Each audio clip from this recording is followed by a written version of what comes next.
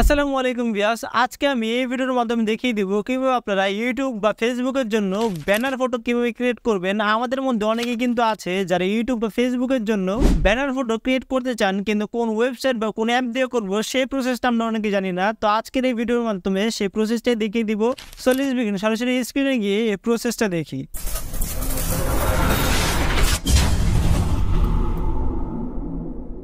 তো এই ব্যানারটি ক্রিয়েট করার জন্য আমরা সরাসরি চলে যাব ক্রোম ব্রাউজারে। আমরা যে কোনো ব্রাউজারে যেতে পারি, কোনো প্রবলেম হবে না। সার্চে টাচ করব, তারপর এখানে লিখব হলো ফটোপেয়া। লেখার পর সার্চে টাচ করব।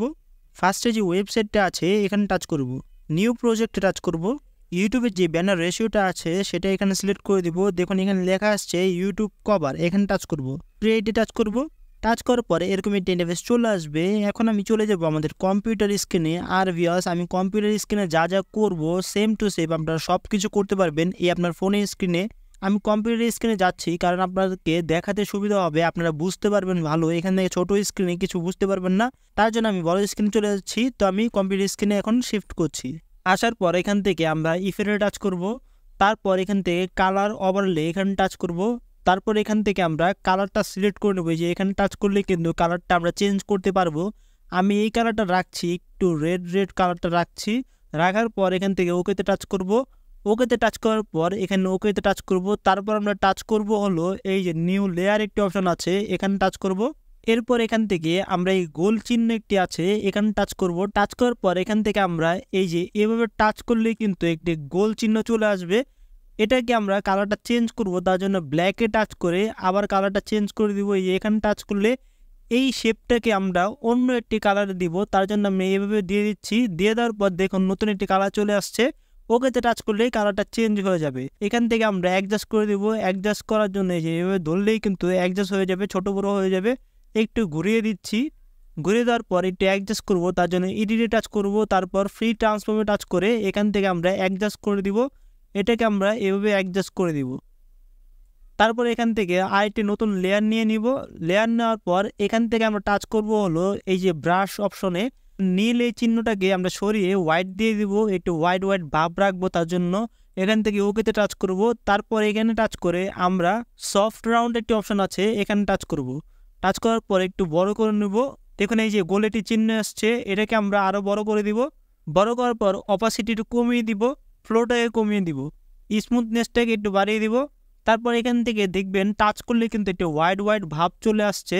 এখান থেকে আমরা হোয়াইট দিয়ে দিব। দিয়ে দেওয়ার পর এখান থেকে টাচ করব হলো নর্মালে। তারপর এখান থেকে আমরা স্ক্রিনে টাচ করব। এরপর সেমভাবে নিচের লেয়ারে টাচ করে আমরা নর্মাল থেকে মাল্টিপ্লাইতে টাচ করব। অপাসিটি 100 থেকে একটু কমিয়ে দিব, ফিলটাকে একটু কমিয়ে দিব। কমিয়ে দেওয়ার পর এখান থেকে আমরা কি করব, এখন আমাদের যে ছবিটা আছে সেটা বসাবো। সেটা বসানোর জন্য আমরা ফাইলে টাচ করব। তারপর এখান থেকে ওপেন অ্যান্ড প্লেসে টাচ করব। আমাদের যে পিকচারটা আছে বা ফটোটা আছে সেটা নিয়ে নেব। ডাবল ট্যাপ করলে কিন্তু আমাদের পিকচারটা চলে আসবে। আমি ডাবল ট্যাপ করছি। এই যে দেখুন আমার পিকচারটা কিন্তু এখানে চলে এসেছে। আপনারা পিএনজিতে রূপান্তর করে তারপর আপনাদের ফটোটা এখান থেকে সিলেক্ট করে দিবেন। ফটোকে পিএনজিতে রূপান্তরিত করার জন্য বা ব্যাকগ্রাউন্ডটা রিমুভ করার জন্য আমরা কিন্তু ওয়েবসাইট আছে একটা, ওয়েবসাইটে চলে যেতে পারি। সেটার নাম হলো অ্যাডোবি রিমুভার, বা আরেকটি ওয়েবসাইট আছে সেটার নাম হলো বিজি রিমুভার। দুইটা ওয়েবসাইট থেকে কিন্তু আমরা খুব সহজে আমাদের যে ছবিটা আছে সেটাই কিন্তু ব্যাকগ্রাউন্ড রিমুভ করতে পারি খুব সহজে। আর আবারও বলছি ভিউয়ার্স, এখান থেকে যা যা দেখাচ্ছি কম্পিউটার স্ক্রিনে যা যা দেখাচ্ছি সব কিন্তু আপনারা ফোনের স্ক্রিনে করতে পারবেন এই ওয়েবসাইট বা এই অ্যাপে চলে আসলে। এখন আমরা একটি চিলি বসাবো। চিলি বসানোর জন্য এখান থেকে আবার এখানে টাচ করব। তারপর ওপেন অ্যান্ড প্লেসে টাচ করব। সিলেক্ট করার পর দেখতে পারবেন এরকমভাবে চলে আসবে। এখান থেকে আমরা একটু অ্যাডজাস্ট করে দিব আমাদের হাতের এখানে। অ্যাডজাস্ট করার পর আমরা কালার করব একটু, তার জন্য ফিল্টারে এবং ক্যামেরা রতে টাচ করব। তারপর এখান থেকে আমাদের যে চিলিটা আছে সেটাকে একটু কালার দিয়ে দিব, এখান থেকে রেড ভাব দিয়ে দিব। এখান থেকে আপনারা আপনাদের মন মতো যে কালারটা আছে সেটা এখানে বসিয়ে দিবেন, আমি তার জন্য দেখাচ্ছি না। এখান থেকে ওকেতে টাচ করব। টাচ করার পর এটাকে একটু ব্লার করব, তার জন্য আমরা টাচ করব হলো ফিল্টারে এবং ব্লারে টাচ করব। মোশন ব্লার করব, তার জন্য মোশন ব্লারে টাচ করব। একটু বাড়িয়ে দেব মোশন ব্লারটা। তারপর ওকেতে টাচ করব। এখান থেকে তারপর আমরা টাচ করব হলো ইফেক্টে টাচ করার পর আমরা টাচ করব হলো স্টোকে টাচ করার পর ব্ল্যাকটাকে আমরা সরিয়ে এখান থেকে রেড দিয়ে দিব, একটু রেড ভাব দিয়ে দিব। তারপর সাইজটাকে একটু কমিয়ে দিব। এখান থেকে আবার গ্লোয়িংয়ে টাচ করব। গ্লোয়িংয়ে টাচ করার পর আবার সেমভাবে কালারে টাচ করে এখান থেকে আমরা রেড কালারটা দিয়ে দিব। ওকেতে টাচ করব। এখান থেকে সাইজটাকে একটু বাড়িয়ে দিব, বাড়িয়ে দেওয়ার পর ওপাসিটিকে বাড়িয়ে দিব। তারপর এখান থেকে আমরা এটাকে একটু বাড়িয়ে দিব, রেঞ্জটাকে বাড়িয়ে দেওয়ার পর এখান থেকে আমরা এই যে উপরে দেখুন দুইটা অপশান আছে, এখানে টাচ করব। টাচ করার পর আবার এখানে টাচ করব। এখান থেকে নিচের যে অংশটা আছে সেটাকে আমরা একটু বাড়িয়ে দিব, রেঞ্জটাকে বাড়িয়ে দেওয়ার পর উপরে টাচ করে ডিপটাকে কমিয়ে দিব এবং সফটনেসটাকে বাড়িয়ে দিব। তারপর ওকেতে টাচ করব। ওকেতে টাচ করার পর এটা কিন্তু হয়ে গিয়েছে। এখন আমাদের ফেসটাকে একটু কালার করার পালা। ফেসের যে লেয়ারটা আছে সেখানে টাচ করব এবং ফিল্টারে টাচ করে ক্যামেরার ওতে টাচ করব। এখান থেকে ফেসের কালারটাকে একটু অ্যাডজাস্ট করে দিব, করার পর টিকে টাচ করে দিব। তারপর এখান থেকে আমরা ফেসটাকে একটু গ্লোয়িং ইফেক্ট দিব, তার জন্য এখানে টাচ করব, ইফেক্টে আউটগুলোতে টাচ করব। তারপর ড্রপ শ্যাডোতে টাচ করব। এখান থেকে আমরা একটু শ্যাডোটা দিয়ে দিব, ব্ল্যাক শ্যাডোটা দিয়ে দিব। এখান থেকে একটু ডিপটাকে কমিয়ে দিব, ডিস্টেন্স এটাকে একটু কমিয়ে দিব, অপাসিটি একটু বাড়িয়ে দিব, সাইজটাকে একটু বাড়িয়ে দিব। তারপর টিকে টাচ করে দিব। এখান থেকে আবার ব্রাশে টাচ করব। ব্রাশে টাচ করার পর অপাসিটি কমিয়ে দিব, ফ্লোটাকে কমিয়ে দিব, একটু বাড়িয়ে দিচ্ছি আমাদের গ্লোয়িং ইফেক্টটা একটু ভালো দেখার জন্য, তার জন্য একটু বাড়িয়ে দিচ্ছি এখানে রেড অপশনটাকে। তা আমাদের কিন্তু অনেকটাই হয়ে গিয়েছে। এখন আমাদের ব্যাকগ্রাউন্ডে মাল্টিপল যেই চিলিগুলো আছে সেগুলি কি বসানোর জন্য আবার আমাদের ফাইলে টাচ করে আমাদের মাল্টিপল যে চিলিগুলো আছে সেগুলোকে সিলেক্ট করে দিব। এই যে এখান থেকে আমাদের চিলির অপশনটাকে আমরা যোগ করে দেবো এখানে। দেখুন এখানে কিন্তু ট্রান্সফার হয়নি, ভিউয়ার্স দেখতেই পাচ্ছেন। এখান থেকে ট্রান্সফার না হলে কোনো প্রবলেম নেই, আমরা কি করব সেটা দেখাচ্ছি। এখান থেকে আমরা একটু অ্যাডজাস্ট করে দিচ্ছি ফার্স্টে।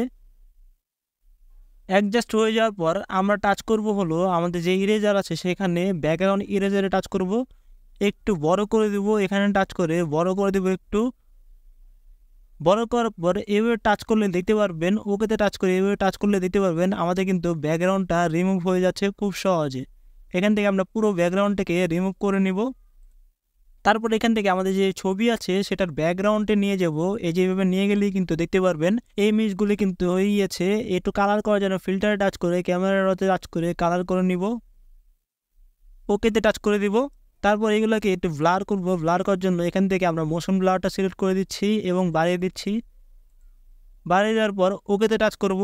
এখান থেকে আমরা এগুলাকে একটু অন্ধকার অন্ধকার করে দিব, তার জন্য ফাইলে টাচ করব এবং ওপেন এন্ড প্লেসে টাচ করে আমাদের যে কালো পিএনজিটা আছে সেটা নিয়ে নেব। এই পিএনজিগুলো কিন্তু সবগুলি আপনারা গুগলে পেয়ে যাবেন, শুধু ব্ল্যাক পিএনজি লিখলেই কিন্তু হয়ে যাবে।